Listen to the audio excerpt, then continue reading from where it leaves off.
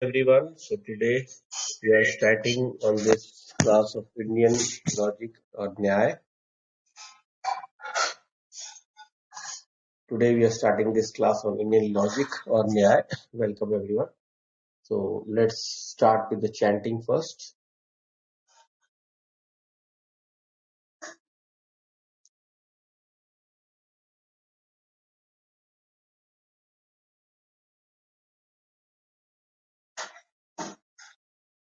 Om Sahana Vavatu Sahano Bhunaktu Saviryam Karvavahai Tejasvinavaditamastu Ma Vidvishavahai.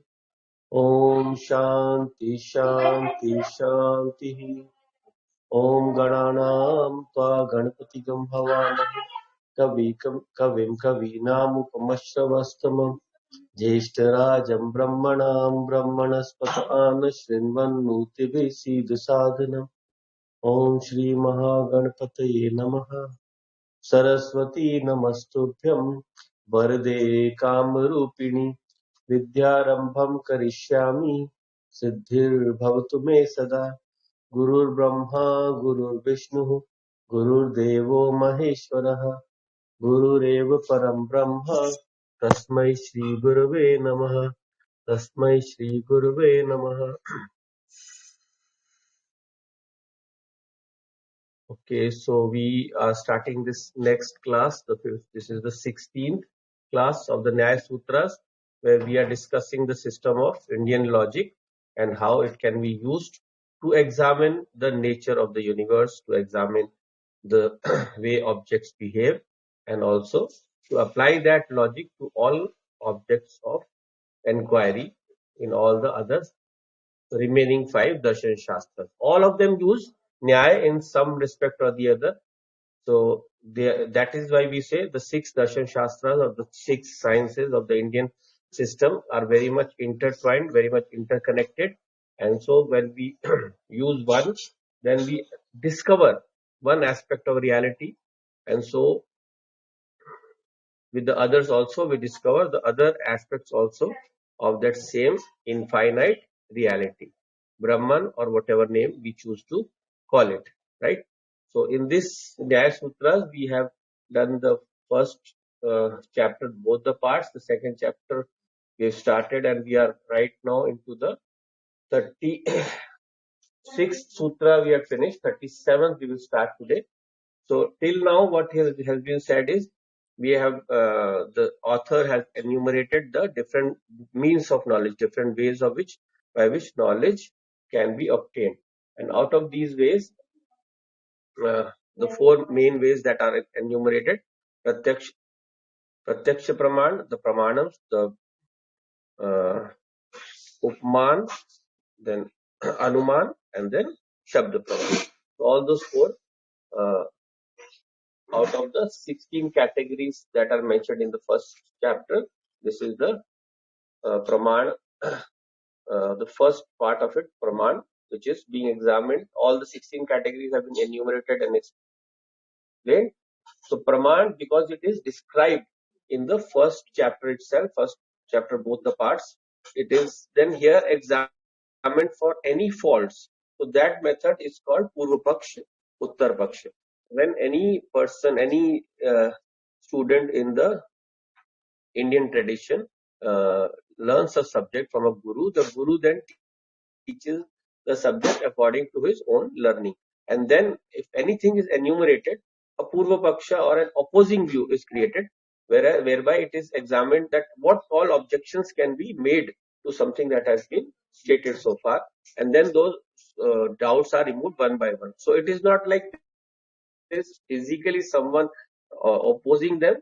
These are just their internal uh, thought-provoking thought examinations of how they decide to know about a certain uh, means of knowledge, right? So in this way, any knowledge that or any theory that has been propounded, it has to be totally made doubt-free. All the doubts have to be removed.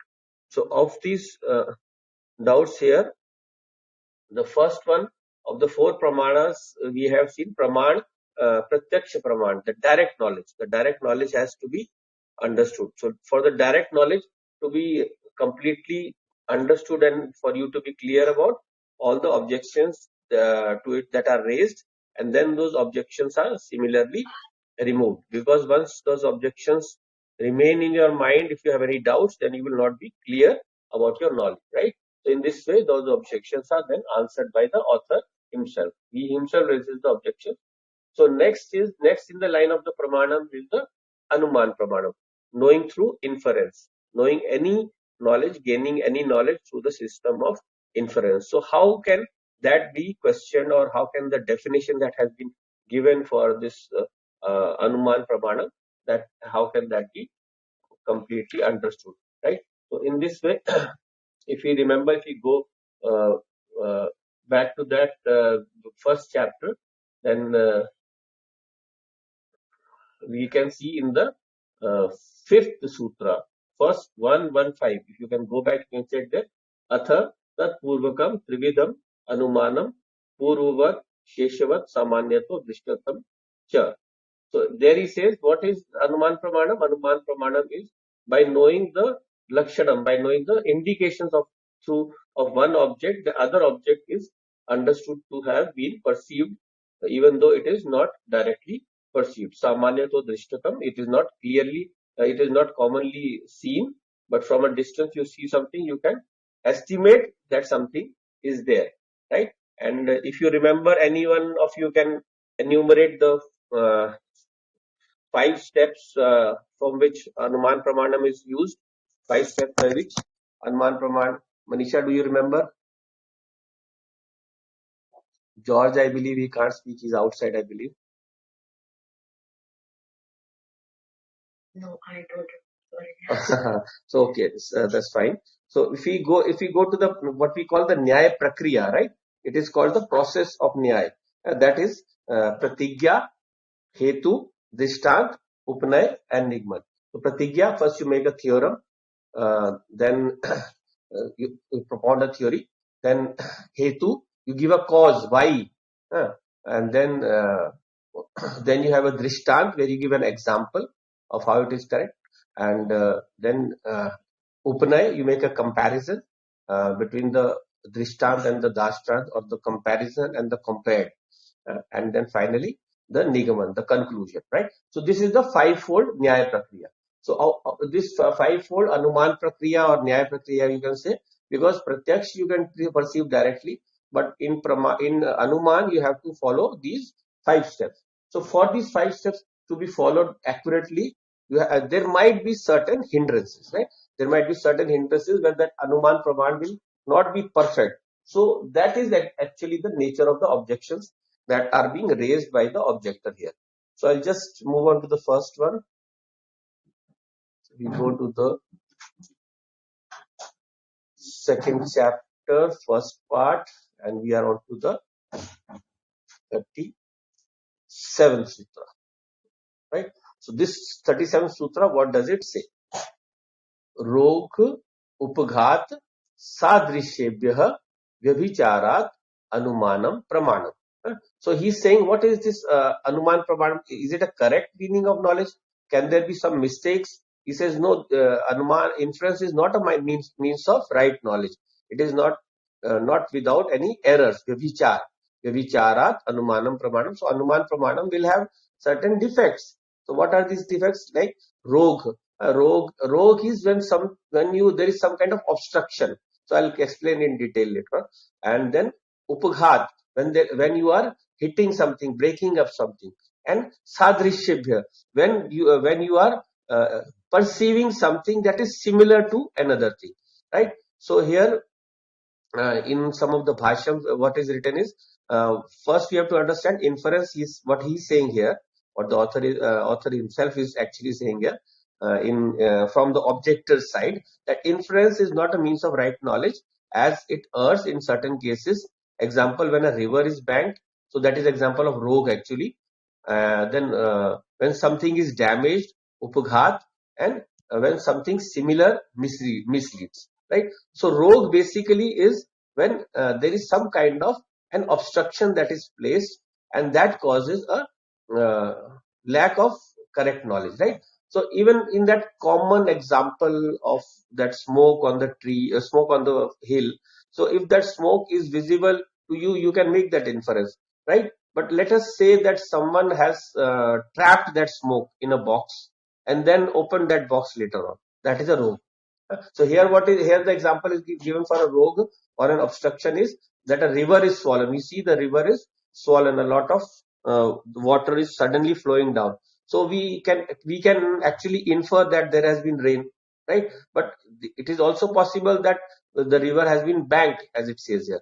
So it says here that the there can be some kind of an obstruction place. There can be an embankment, a dam that has been built, and when the water is released from the dam, the water will flow very fast, and for a person downhill, it will be seen as something that they seen that there has been heavy rain. He can infer that, right? So that inference can be easily reached. Okay. So that is one method. That is one example of rogue. So you can think of countless such other examples also, right? So it can be in the case of, as I said, that smoke can be trapped somewhere, or it can be in the case of someone known to you who was coming towards you. He got trapped in traffic. So that is a rogue, and you infer that he should have arrived by now, but he has actually not arrived. So that is a rogue. So by inference, that person told you, I will reach you at 6:50. So you said okay, and you are waiting, and your inference is that you should see his face any moment now. But because he got trapped in traffic, then he's reaching at 7 o'clock, 7:50, not whatever. So in this way, that rogue can make a wrong inference for you, right? Then same case with the upaghat, something that you are if you are beating something, if you are making a impact on something. Upaghat, ghat is to hit someone or to kill someone. So upaghat, you are trying to break something up, or you're trying to hammer something. So in that, here the example is given of ants carrying their eggs out of the anthill. So someone has dropped a stone on top of the anthill, or someone has dropped a stone near the anthill, and the ants are running hither and thither to take away whatever food or whatever they can save. So you from there, you can a lot of people from that can infer that if ants are carrying out their eggs, then uh, there is rain. So rain is going on, so it has flooded their holes, so that is why they are running out. So basically, it happens when they are estimating that rains will come. The ants, they can see the clouds, they can sense through their sense organs that very soon rain is going to come. They can maybe smell the moisture in the air, and so they take the food stuff and their eggs out of their holes and go to some other place. So that is another case of upaghat. So and then again the third one is sadrishya. Sadrishya, something similar to something is perceived. So here the example is given of a peacock. So a peacock makes a sound, but a man or some other bird also can make a similar sound, and a person can think that mm, this I am hearing a peacock, but it is also possible that it is someone else, right? So sadrishya, something similar to, so someone is copycatting something. So in that case, the inference also might get diluted, or it might prove to be wrong. So inference is not always correct in that case. So the writer says this objection of yours is okay, I accept that, sometimes due to some kind of obstruction we might make a wrong inference, but that does not mean the definition of inference itself is wrong. What does the definition say? So that we'll see in the next sutra. So as he said, rog, upghat, sadrishyabhya, vabhicharat, anuman, pramanam, that objection has been raised. So due to any kind of obstruction. So he says, na ek desh त्रास त्राससात दृश्येभ्यो अर्थांतर भावति. He says it is not so, because our inference is based something else other than the part, fear, or likeness. Na ek desh, it is not something that uh, something that is happening in ek desha, in one place in one place only something is happening, it's not always there. So like if you take again, we go back to our example, the example of river. So the river being swollen uh, due to rain is something that is you will always have a correct anumanam, because when you see the river swelling, then you can infer there is rain, but that will be there in maximum number of places. So the wrong inference will be in a rare case. So there also there are means of knowing whether the flooding is due to actually rain or some other. Like when there has been flooding, when there is water released from the dam, then there will be just a huge flow of water. There will be a very fast flow of water. But if it is due to rain, uh, then that rapidity of current, it will carry a lot of foam, a lot of fruits or leaves or wood from the banks. So it will contain debris from the nearby banks, and so that you can see floating in the river. So when there is flooding due to rain, that is slightly different from the flooding due to a normal uh, uh, release of water from a dam, right? So there might be some similarities, but not always.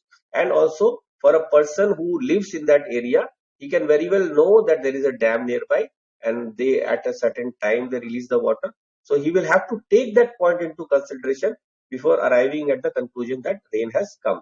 There are other indicators also. Rain he can infer by the clouds and so on. So in this way, whenever there is a wrong perception, there is always a way to correct that wrong anumanam, that wrong inference, right? So in this way, that wrong inference can always be corrected. So it can. First one is na ekdesh, and then trasa. So trasa also, if there is some certain kind of impact which is causing the ants to carry out their stuff, or any kind of impact through which the nature of an object is changed, right? So uh, you are looking at maybe some coconut or some fruit. Due to impact, it has been broken. You hear the sound. You cannot judge by the sound what happened. But if you go nearby, or if you can actually hear that noise, then that will help you know that that impact has caused this change. Like for in the case of the ants, the impact has caused the running away of the ants, and not due to the rain which is coming up, right? So in all of these cases, the secondary cause can always be nullified by proper knowledge or proper observation or proper situation, right? So wherever it is happening, you can tell. So in the case of the dam, Ekadesha, dam will not be everywhere. Wherever the dam is, there you have to take the consideration of the dam releasing the waters. And then similarly, in the case of mimicry, like the sound of a peacock being mimicked by a man or someone else, that also you can, a person who knows the actual sound, he can tell, right? He can tell somehow that this sound has been mimicked, right? So sometimes errors creep in, but that does not mean the act of inference itself is nullified. Inference will be correct in maximum number of cases, and wherever it is not correct, there also by proper examination, by proper observation, whatever error is there, it can be corrected. So he's not just letting it go by saying that this sometimes the mistake might happen. He's saying wherever the mistake might happen, through the proper observation, you can correct that mistake, right? I hope it is easy, clear. It's not a very tough sutra. Okay, so then we go on to the next one. So in this way, this objection the author is clearing. And then here, then we come to the question of time. So in inference, you see a very important aspect of it is time, right? So if you're say you're seeing something, uh, then basically, like if you're inferring the fire due to smoke on the hill, then that is in the present time that you're seeing the smoke. But that fire maybe you will not be able to see in the present time. It may be seen ahead into a future time, or it may have happened in a earlier time. Now the fire is off. You can just see the smoke. So in this way, uh, what is the relevance of time in an inference, in a knowledge through inference? So what does the sutra say? This one. So here we are looking into the 39th Sutra. So what does it say? Vartaman abhavaha patata patita patitavya kala upapatte. So he's saying there is some say no present time, because when a thing falls, we can know only the time through which it has fallen and the time through which it will yet fall. So Vartaman abhavaha. So what is this? He's saying that uh, we cannot say that the present exists. Vartaman abhava. Vartaman is non-existent, or Vartaman is not there. There is only two periods of time, which are the past and the future. There is no present. If you remember in the Tattva Bodha class, we did this exercise also, but there it was to prove something totally different. That there it was to be to prove that that there is a Sat, or an ever-existing entity which is independent of time. So there, what did we do? We can split time into different units, so seconds and nanoseconds and so on. So in this way, when we go to the smallest unit also, any two parts of that we take, then whichever two we take, one of them will, we can never locate which one is the present, right? We can one of them has to be past, just before, and the other one has to be just after, right? So there what we did was we showed that there is some substratum on which this time resides. There is something relative. Time is something which is relative only. It is understood through two things: two objects that exist separately and their relative motion, right? Or their motion with respect to a third object or other objects. So two or more. So this is how time is calculated. Like here on the earth, time is calculated with respect to the motion of the earth around the sun. So that is the basis basically on which we calculate earth time. That is why we have to use some different units for other movements of the universe, right? And same thing happens for distance also. So when we are saying, when we are talking about this Vartaman Abhava, what this sutra is saying is, so when something is falling down, patataha patitavya. So when something falls down, then we can only say that something was falling down, and then it will keep on falling. So these are the only two statements we can make regarding that falling object, which relates to only the past, that it was falling down, and there cannot be a particular present, because it will instantly change into the next instant. So that is why he is saying that patata patitavya kala upapatte. So there is no present tense, he is saying basically, because present is only you can observe what you are observing. If something has just is falling down, or something will keep on falling down, those two instances both go either into the past or will happen in the future. So inference has reference to only these two. So in this way, how do we neutralize this objection, right? So this objection has to be taken up and understood. So for that, we go into the next sutra, the 40th sutra. So what does this say? Tayoho api abhavoho vartaman abhave tat apekshata. So he's saying if there is no present time, there will be no past and future time, because they are related to it, right? So he's saying basically, how, if I remove the present, then how will you calculate the past and future? They will not be calculated by relating them to each other, right? So what we call, there is we can see, we will see later also, anya apeksha. So if there is sometimes there is a fallacy where you can prove one thing only by the other. So in that case, one is proved by the other is proved by the first one. That is the way we prove something which is not the correct method, because if both are proving each other, then we don't have a permanent reference point. But in the case of time, we have a reference point. We have a reference point which is the present. So present, the reference to something that comes before it is the past, and the something that comes after it is the future. So in effect, actually what the author is trying to say here is, actually basically speaking, there is only one time, that is the present. Uh, it depends on the observer and the objects, uh, whatever the relative motion. According to that, they perceive or understand or conceptualize the past and the future.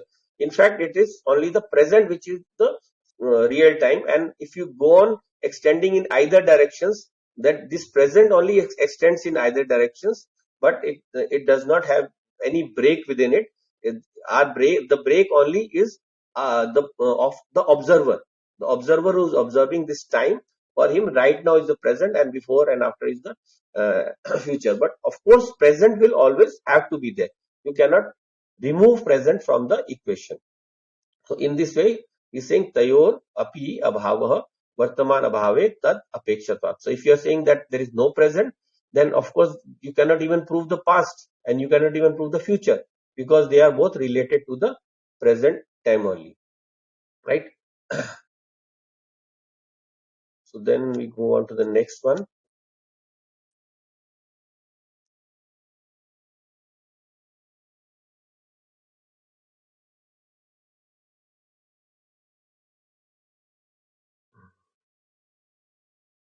Just begging the question fallacy. Yes, George has given, right? Begging the question. Lots of fallacies are there. So this you can put there in that category.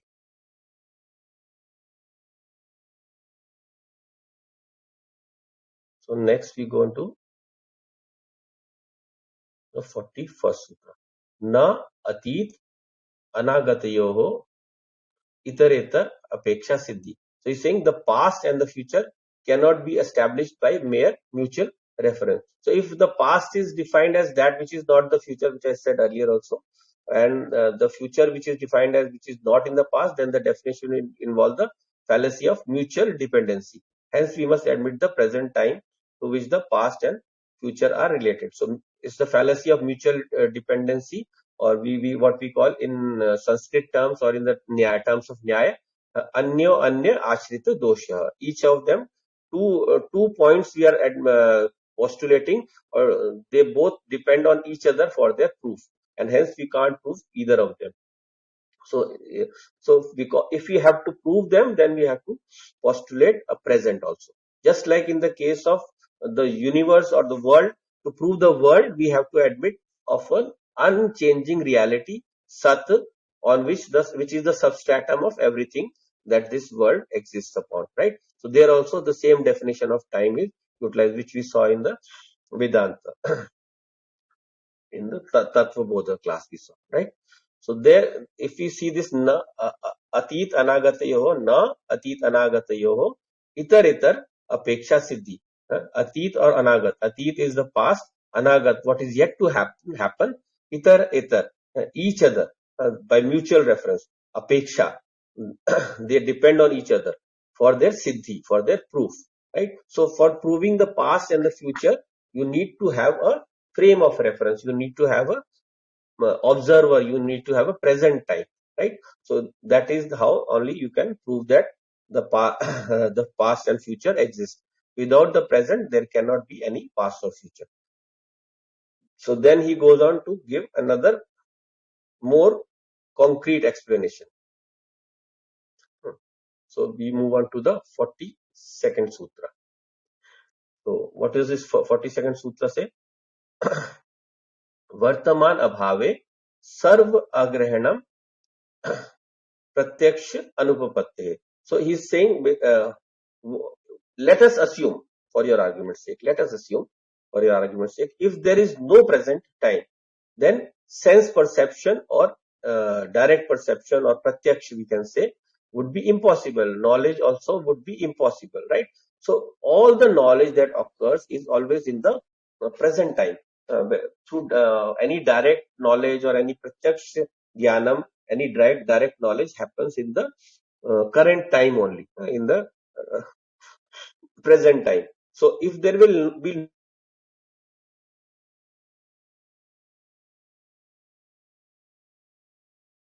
no present time, then sense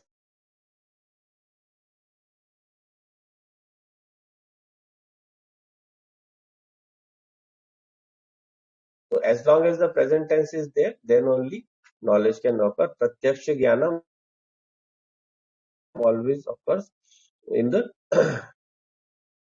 present time. So present time is established by the confutation or the principle of reductio ad absurdum. So which George also was enumerating, begging the fallacy or reduction, whatever is so absurd that it cannot be entertained. So by that understanding, we have to accept that Vartaman exists, the present time exists, and in this way we can understand that the past and future are merely relative valuations or relative understandings of this very same present tense, right? So the present is in this way understood. So then if we examine further, if we go a bit more into the past and the future, then how the past and the future relate to what we call kritata, kartavyata, or both. So kritata basically, I'll just go into the sutra first, then we can examine. So kritata, kartavyata, upapattehe, ubhaya atha grahanam. That is the 43rd sutra. Kritata, kartavyata, upapattehe, ubhayatha grahanam. So we can know both the past and the future. Ubhaya, both the past and the future, for we can conceive of a thing as made and as about to be made. Right? So what does this say actually? If you are looking at something from the angle of action, there are two ways in which you can examine time. Time, how is it examined? Time, as I told, it can be examined through objects. There can be two objects, their relative position, and the action that is happening.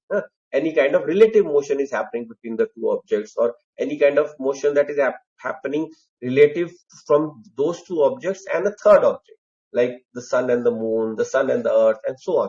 All of these relative motions give us a sense of time. So kritata, something that has been made, something that has been. So if a pot is, let us say, manufactured or built so when we see it in the present time, then we can say that what happened in the past. This pot was being made. This pot was being made, right? So in this way, this from this kritata, from the way something has been done, or some kind of kriya or action has been done, we can uh, understand the past, which is in relation to that object being observed in the present. So from the present, from an observation in the present, through kritata, we can know it in the past. And then kartavyata. What is this kartavyata? Kartavyata, some action that we are planning, some action that we are about to do. So what is the action of a potter? He makes pots. So using the same example, we can use a lot of different examples here, but just the ones that are used basically by the shastra itself. So kartavyata, a potter makes pots. So he has not yet made a pot, but he has brought the mud, he has brought his pottery wheel, he's made it ready to start working, and then you see him going towards the wheel. So in the future, a pot will be made, that you can predict. So in this way, from kartavya, or even just plainly talking to him, what are you going to do?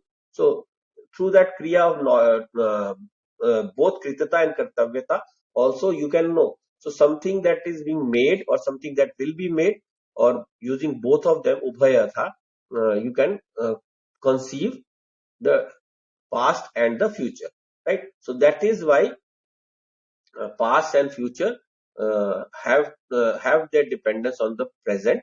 The present, past, and future, they exist in relation to each other. The present is the main reference point. Present is the main reference point, and through backward calculation or through forward assumption, you can make calculations about the past and the future, right? So we are on Zoom right now, and I think the time. Okay, we have a few minutes. Okay, we'll continue. We have 5 minutes, after which we'll disconnect and then we'll reconnect, because we still have this 40-minute limit class here. Okay.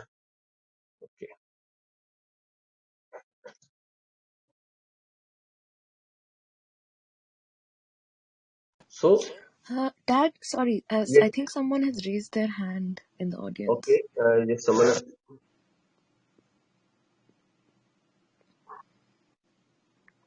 Yes, Tivan, you would like to ask something? Please go ahead.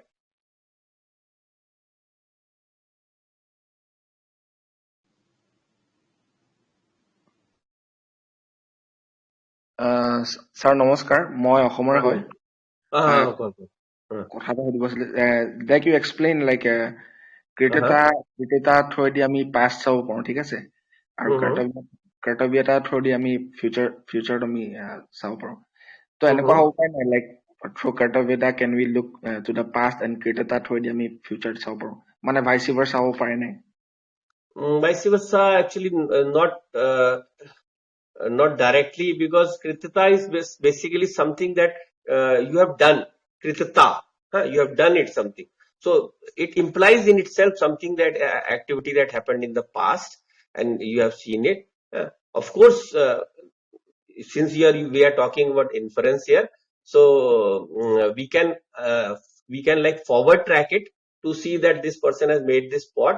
So he has gained expertise in this making of this pot, and so the next pot he's going to make will be better.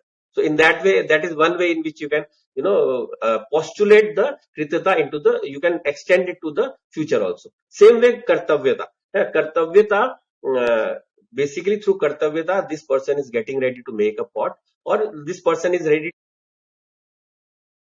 getting ready to give a speech. He has gotten the material, he's got the sheets in front of him, and he's ready to read it out, right? And so this person will make a good speech. But just looking at that person, just talking to that person in the present, you can assume that before he's making this speech, he has put a lot of learning behind it. He's put a lot of learning behind it. So you can basically extend it both also in an indirect way. You can extend kritita into the future, and you can backtrack kartavyata into the past also, to know that this person is a knowledgeable person, or he has put a lot of preparation before he's going to give this speech, or before he's going to make the pot, or whatever example we take, right? So I hope it is clear.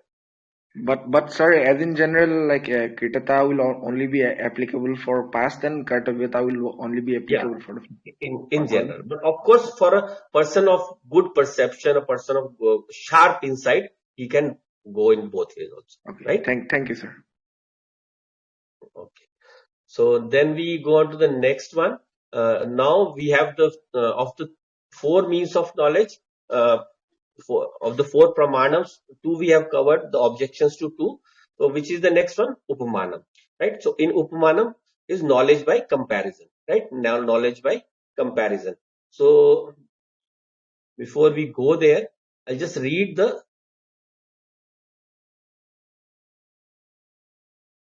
first chapter, 6 sutra. If you can go back there, you have the text, or I'll just read it out to you. 116. So that is the definition of Upmanam. So what is knowledge by comparison? Prasiddha sadharmya sadhya sadhanam Upmanam. So if you know this, then you'll be able to understand the objections also.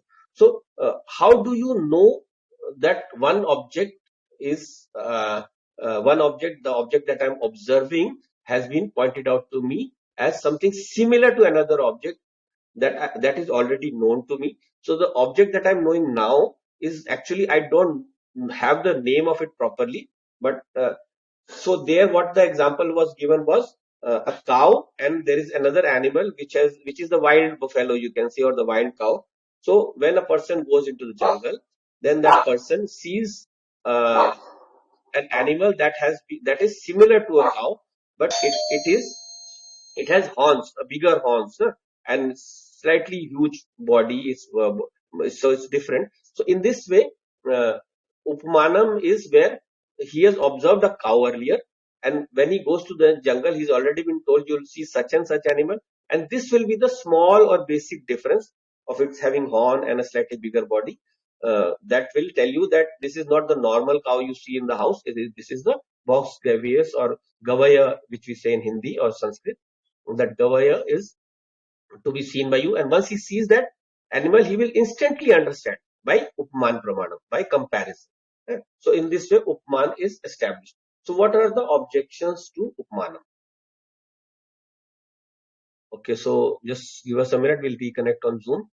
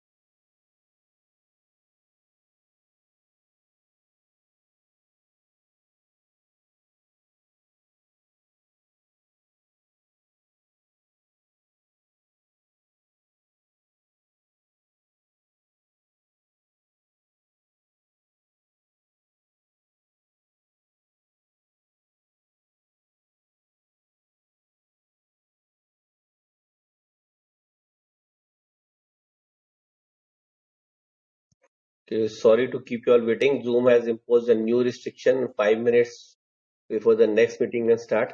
So we are just waiting one more minute left.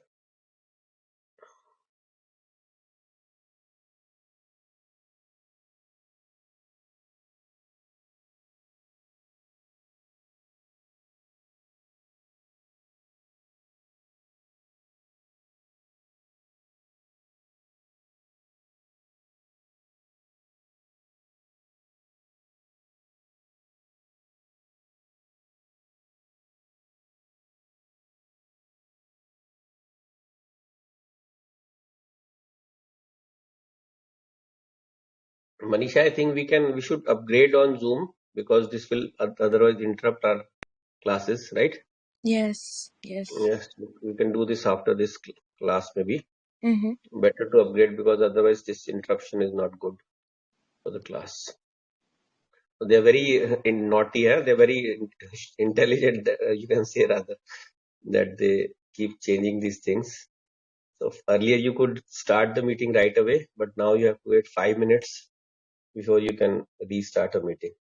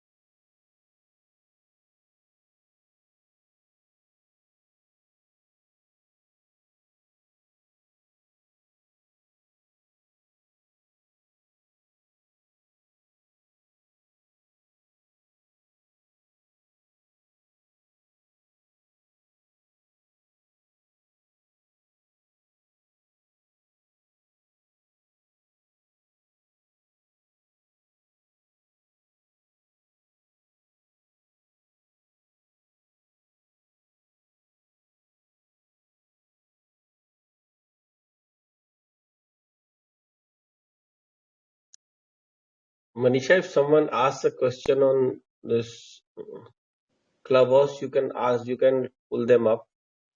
I think you'll have to give me moderator power for that. Okay, so how do I do that? Make a You moderator. just Okay, click on my profile. Yeah, that's it. I have done that. Okay, I didn't know that. Okay, next time we'll do it from the beginning. Okay, Zoom has started, so we can continue with the class. You can join there.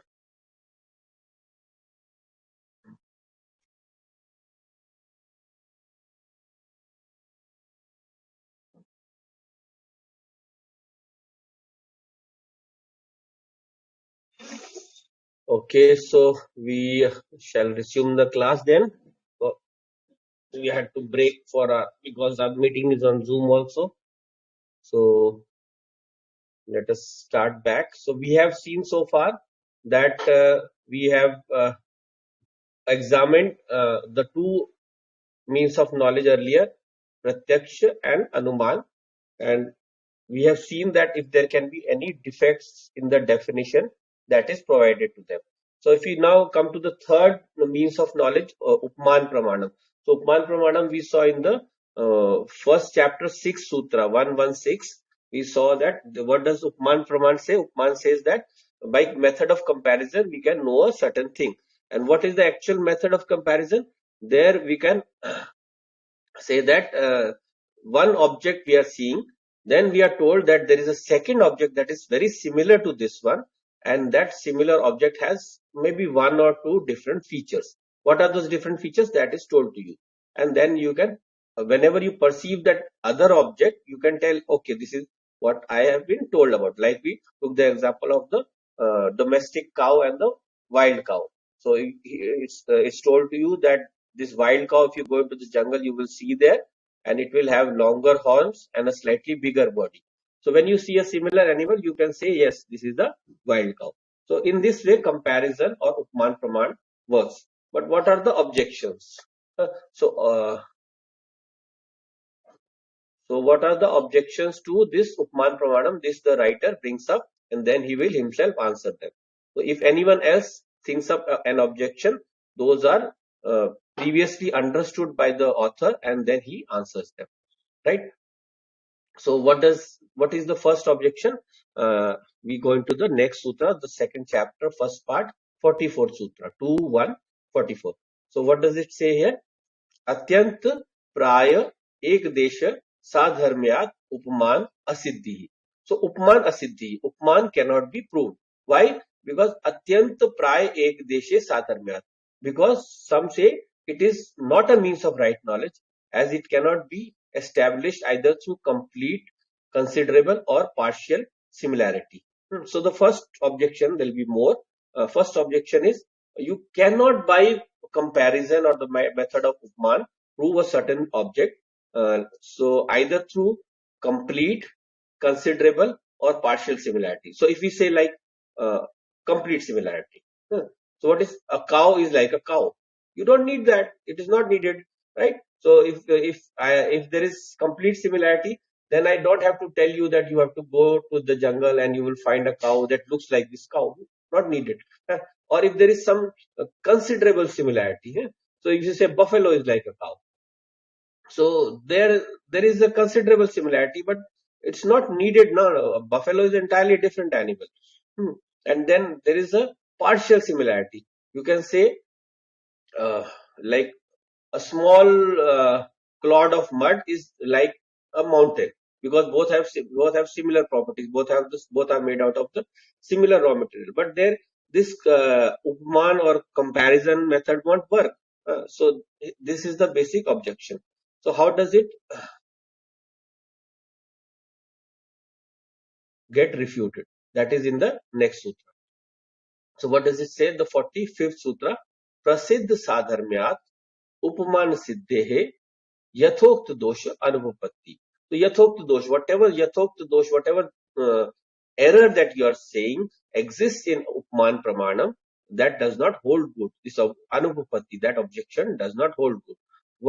How? Prasiddh sadharmya. Because that comparison is established in a high degree. Prasiddh sadharmya, something that is very well known to you. So as we saw in the example of the normal domestic cow and the wild cow, there is a high degree of similarity. There is just a small difference, and that difference is pointed out, and through that you can know.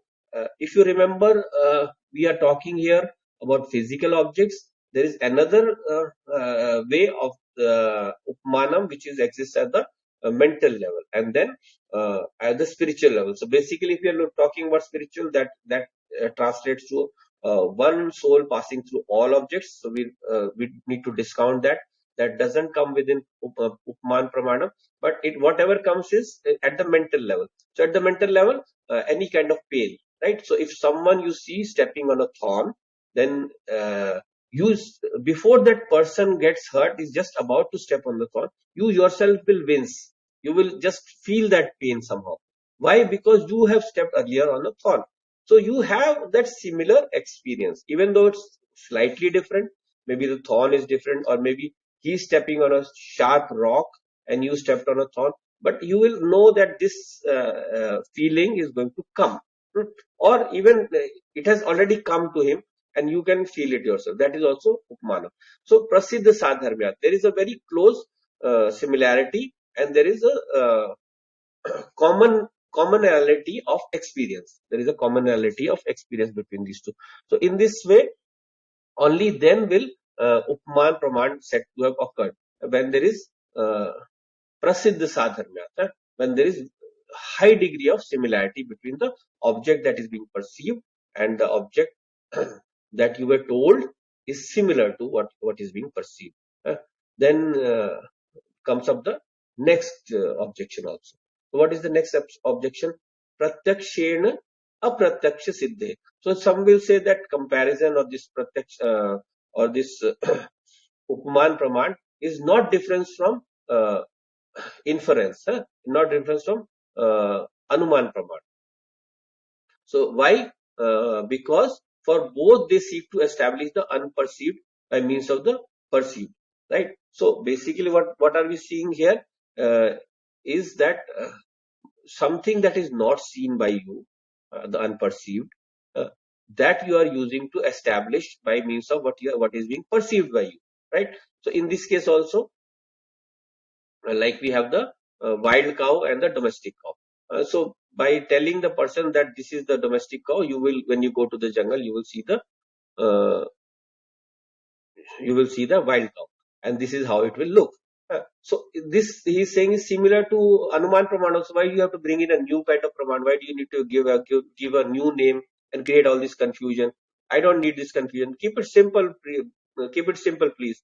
So he says, no. Wait, I'll give you the answer. So basically, if you understand the objection again, he's saying that Pratyaksha, uh, whatever we see directly through direct perception, and through that we establish whatever is not perceived, the unperceived, apratyakshan.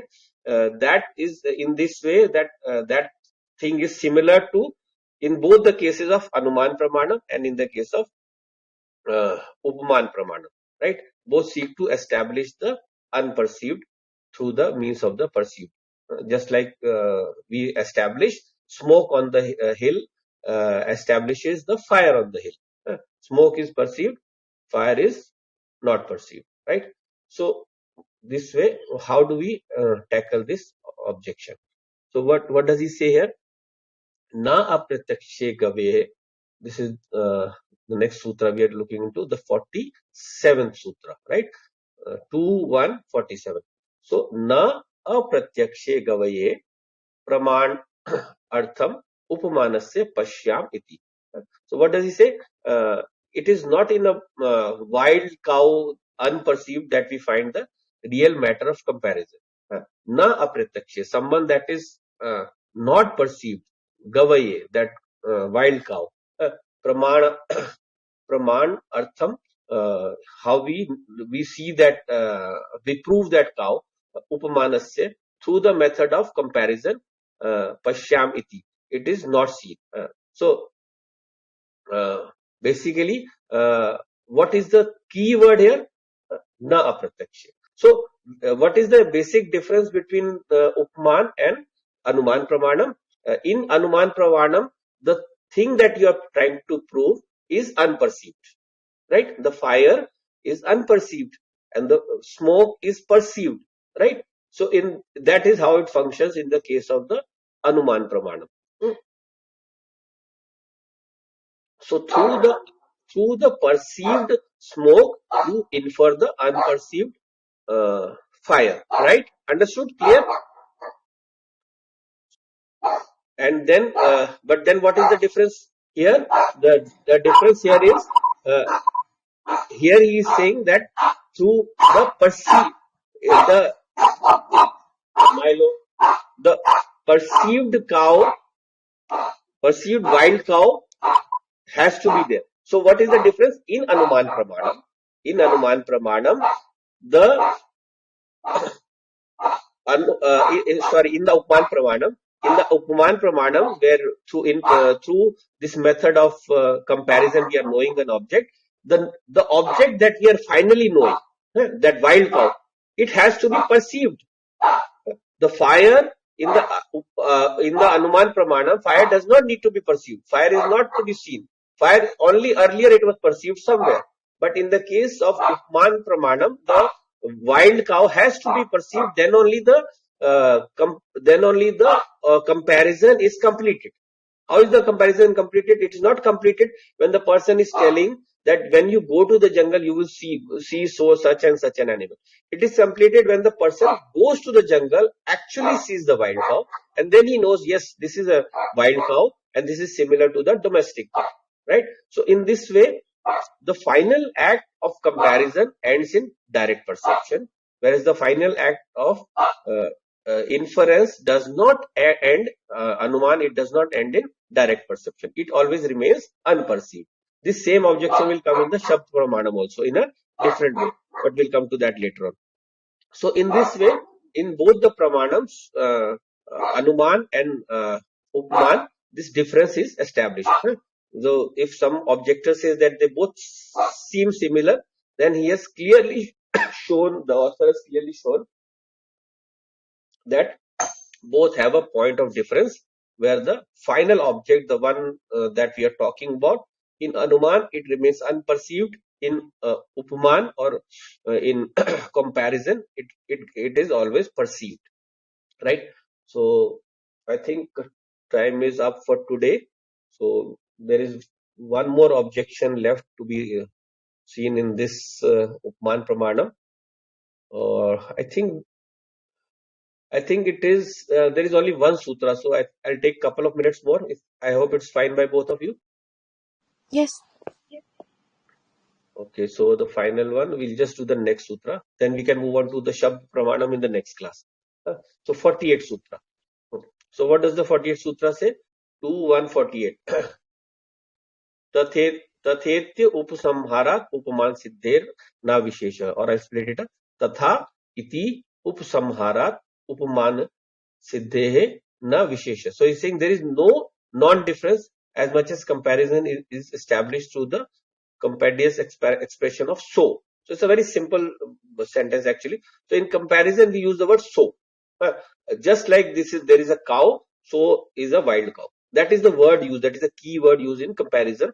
That is not used in Anuman Pramanam, right? So very simple one. So in Anuman Pramanam, where there is smoke, there is fire. Yatha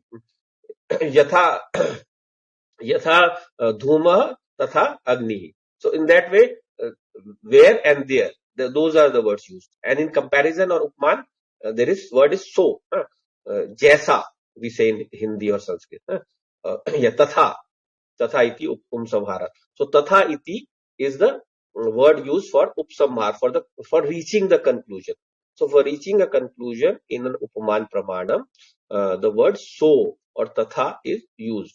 And in this way, that is the difference, basic difference between a Upaman Pramanam and a Anuman Pramanam, right? So this makes the difference clear of these two Pramanams, that these are distinct means of knowledge and not similar or same means of knowledge, right? So next we'll examine the Shabda Pramanam, that